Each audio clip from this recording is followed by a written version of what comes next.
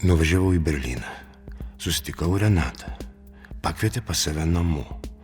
Ten netoli Watergate, Bergaino ir kitų Bermudų. Iš pradžių buvo labirintas, tada laiptais į viršų ilgai lipau. Užlipęs radau spintą. Atidariau spintą, joje buvo baras.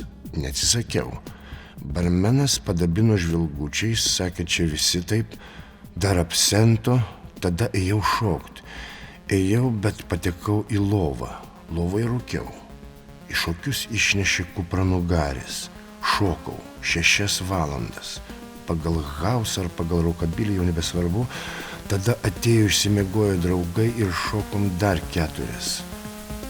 Namo negrįžau.